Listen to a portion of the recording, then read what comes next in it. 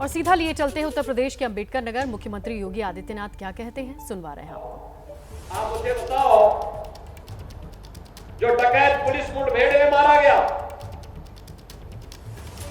जो मारा गया, अगर वह डकैत जैसे हथियारों का प्रदर्शन करते हुए डकैती डाल रहा है, वहां ग्राहक भी बैठे हैं, ग्राहकों को खड़ा करके एक तरफ करके अगर गोली मार देता तो क्या उनकी जान को ये समाजवादी पार्टी वापस कर पाती क्या? कर पाती क्या? और वो किसी भी जाति के हो सकते थे।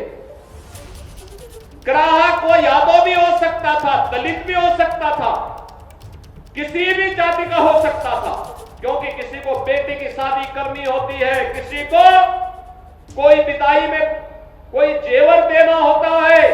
जेवर की परंपरा हमारे इतिहास का एक महत्वपूर्ण कार्य का हिस्सा है, मांगलिक और एक शुभ कर्म का हिस्सा माना जाता है।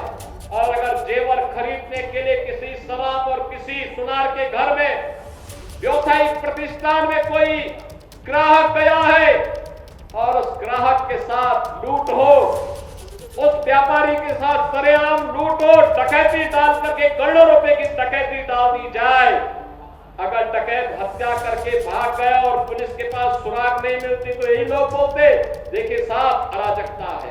और अगर पुलिस ने पकड़ लिया, कार्रवाई कर दी और फिर मुठभेड़ में, आपसी मुठभेड़ में डकैत मारा जा रहा है, तो समाजवादी पार्टी को बुरा लग रहा है, कह रहे साहब ये नहीं होना चाहिए था। तो क्या होना चाहिए था? पूछना चाहिए। थोड़ा पूछिए इन लोगों से क्या होना चाहिए था। क्या एक निषाद बेटी के साथ जो इन्होंने अयोध्या में, क्या समाजवादी पार्टी के नेता ने, क्या ये ठीक था? क्या एक निषाद बेटी की इज्जत के साथ खिलवाड़ समाजवादी पार्टी के लोग करते हैं? हमारा मंत्री डॉक्टर संजय निषाद वहां जाकर के उस बेटी की हालत देख करके रो पड़ा था और कह रहा था ये है निषादों के साथ समाजवादी पार्टी का कृत्य। लेकिन ये बेशरम लोग हैं, तब भी उस अपराधी के खिलाफ कार्रवाई हो, इसके लिए समाजवादी पार्टी तैयार नहीं थी। उनके लोग तब भी बचाव कर रहे थे, कह रहे थे कि नहीं ये तो निर्दोष है।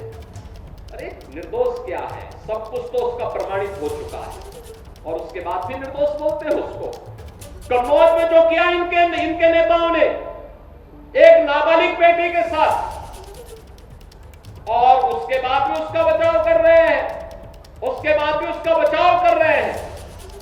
क्या ये सच, ये सही था क्या जो कन्नौज में इनके नेता कर रहे थे? क्या ये सच सही था क्या? आज तो प्रमाणित हो चुका है कि इनके कृत्य क्या है।